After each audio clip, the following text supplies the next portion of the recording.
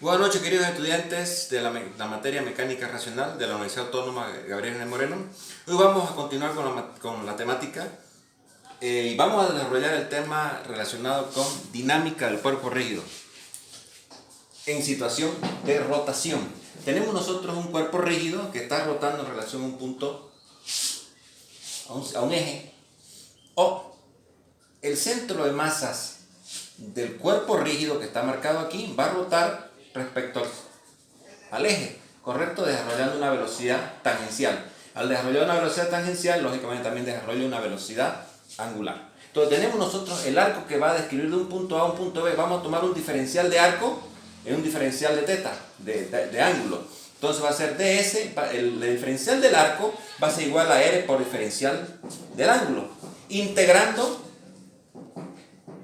vamos a tener, integrando de 0 a s, ds, integrando de 0 a teta, r diferencial teta. El resultado va a ser s, r por teta, ¿correcto? Entonces el arco va a ser el radio multiplicado por el ángulo, lógicamente en radianes.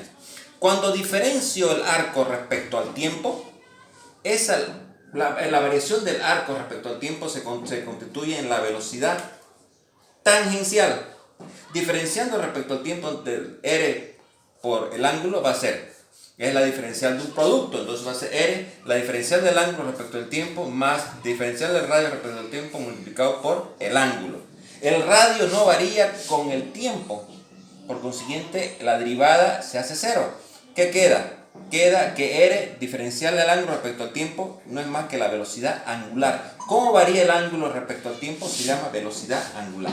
Queda definido entonces que la velocidad tangencial ds sobre t va a ser igual a r por w, donde v es la velocidad tangencial y donde v es la velocidad tangencial y w es la velocidad angular. Si diferencio nuevamente la velocidad tangencial respecto al tiempo, voy a encontrar nuevamente la diferencial de un producto. Va a ser igual a r por dw respecto a t más de r respecto a t por w. Pero r nuevamente no varía respecto al tiempo, por consiguiente su derivada se hace igual a cero. Por consiguiente, dv respecto de t no es más que la aceleración tangencial. Eso quiere decir que va a ser r, la variación de la velocidad angular respecto del tiempo no es más que la aceleración angular, y encontramos otra expresión importantísima en la dinámica rotacional. Teniendo esos conceptos, vamos a definir la velocidad, la energía en movimiento de rotación. Tenemos nosotros que la energía cinética va a ser igual a un medio de la masa por la velocidad al cuadrado, que nosotros vimos en los conceptos de energía, ¿correcto? Entonces, la energía cinética de rotación va a estar en función a la inercia, al momento de inercia rotacional, que en qué momento lo vamos a demostrar. Entonces, nosotros sabemos que la velocidad tangencial va a ser igual al radio por la velocidad angular, lo demostramos aquí, ¿correcto? Introduciendo esta expresión en la energía cinética para ponerla en términos de la velocidad angular, reemplazando i elevado al cuadrado, que va a ser esta expresión de acá, que me queda igual a un medio de la masa m sub i, r sub i cuadrado multiplicado por w sub i elevado al cuadrado. Energía total del cuerpo es la suma de las energías cinéticas de todas las partículas, hablando del cuerpo rígido, tal como está expresado aquí. Entonces es la sumatoria de un medio de la m sub i, r sub i cuadrado por w sub i cuadrado, ¿correcto? Pero la sumatoria de las m sub i, r sub i se conoce como la inercia, momento de inercia rotacional.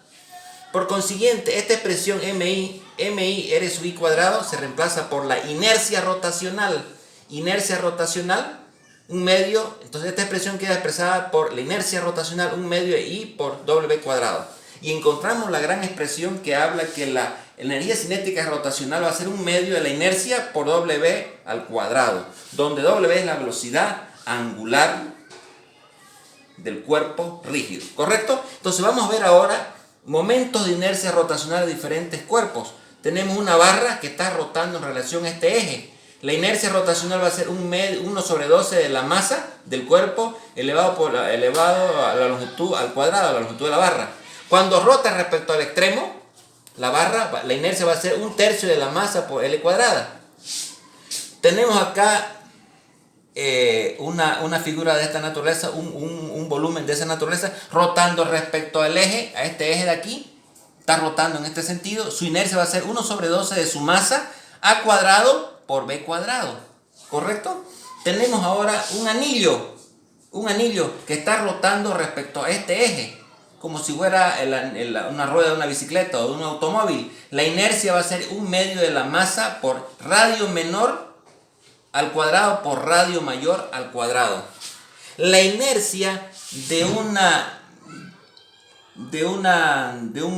cilindro macizo respecto a este eje va a ser igual a 1/2 de la masa radio cuadrado. La inercia de la esfera maciza respecto a este eje va a ser igual a 2/5 de la masa por radio al cuadrado.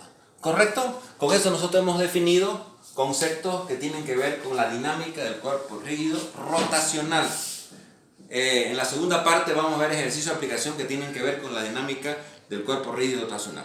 Muchísimas gracias, queridos jóvenes.